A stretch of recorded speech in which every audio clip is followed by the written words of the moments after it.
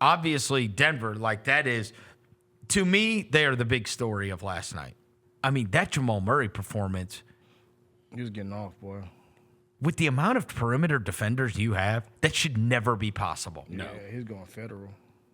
I mean, has there ever been a guy like that? There's like a tweet somebody said, he still hasn't made an all-star team, right? Jamal Murray? Yes, where he turns into one of the best players on the court. Yeah, every year this happens, and you're like, good grief. Like, it is the most bizarre thing that he is. Like his career stats don't jump off the page. Yeah. His career resume doesn't jump off the page, but he does show up in these playoffs.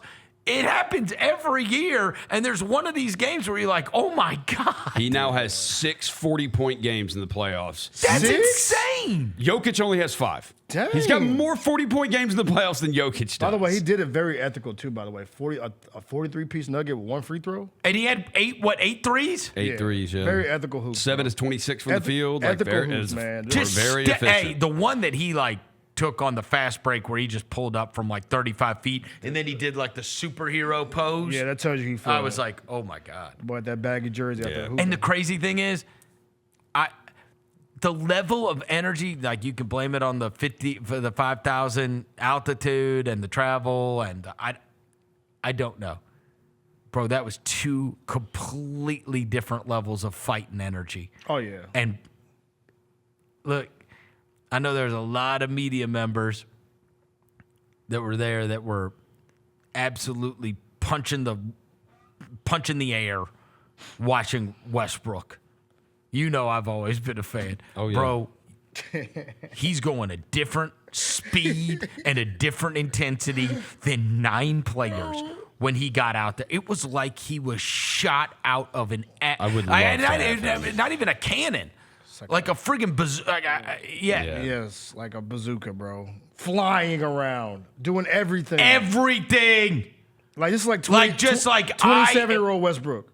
I am not losing tonight. Yeah, bro. Understand. I love Westbrook so much, bro. And guys like that, this is the reason Jokic wanted. It's like, and again, he could very well have a 1 for 14, and we all there is a good and there is a bad, of which I've always been aware of. But to me, the good on a night like that in a pivotal game 5, dude, he was unbelievable. A force of nature. He doesn't let the people around you drop your level of energy. No. Like if you drop your level of energy, Russ is gonna be like, "No, bro, what are you doing? Let's go. I'm playing hard. You better play hard too." He is a force of nature. 36 years old, bro. You watched it last night, and you're like, dude, this guy is a force of nature. Yeah, Westbrook's so you've and the other thing is, you've got to meet this. That's what I'm saying. You got to. My team has to, and my opponent has to. You've got to meet this level of intensity, because I will die tonight. This Tasmanian devil, boy. Right? You really feel. I always say that. Guys that are like, I will die on the court. There are guys that raise the collective level. Yeah, Westbrook. And you watched him last night, and bro, they're only playing 6. So they play 6. The Nuggets have now won. This is fun fact. The Denver Nuggets have now won 14 straight Game 5s at home. 13 in Denver, 1 in the bubble. Their last loss in a home Game 5 was May 17th, 1988. I mean, it is so much, though, to do all of this travel and to play 40-something minutes every single night. I'm not burying the Clippers yet. I think that it's easy to bury the Knicks. It's easy to bury the Clippers. It's easy to it was easy to bury the Pistons before last night's game. Right. In fairness, everybody buried the Bucks. They should have won the game. Yeah, we should be watching a game 6. Yeah. Or no, game 5, right? No. That was Game 5. That was Game 5. Game 6. We should be going back to Milwaukee. We should for be game watching 6. a Game 6 in Milwaukee, right? Yes. The same way we're getting a Game 6 in Detroit, the same way we're getting a Game 6 in the Clippers. And I'm not going to bury the Clippers yet, because we watched it last year.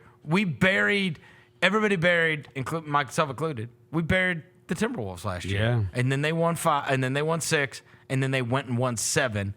And you saw in that fourth quarter, I mean, they had a 20-something point lead or whatever it was, or 17-point lead. that they blew in the fourth quarter because it's like there is going to come at some point, and hopefully if you're a Nuggets fan, you're like, dude, end this before the culmination comes. There's going to come a culmination of this is a lot of minutes and a lot of travel and a lot of games. Yes. In a short amount of time. Yeah. And it crashed out for them in a game 7 in the fourth quarter when Minnesota had like all the energy in the world. And then you're like, what just happened? How? Yep. Yeah. And so if you're them, I mean, because of your severe lack of depth, I feel like you for sure need to take care of that in 6. Yep. I don't want to even play a 7 on my home floor. Not because, look, of course, I'd rather play a 7 at my home floor rather than on the road. Get it over when you can, bro. But that series is what we thought it was going to be, which is 2, like, super evenly matched teams. And we've seen 2 blowouts and 3 amazing games.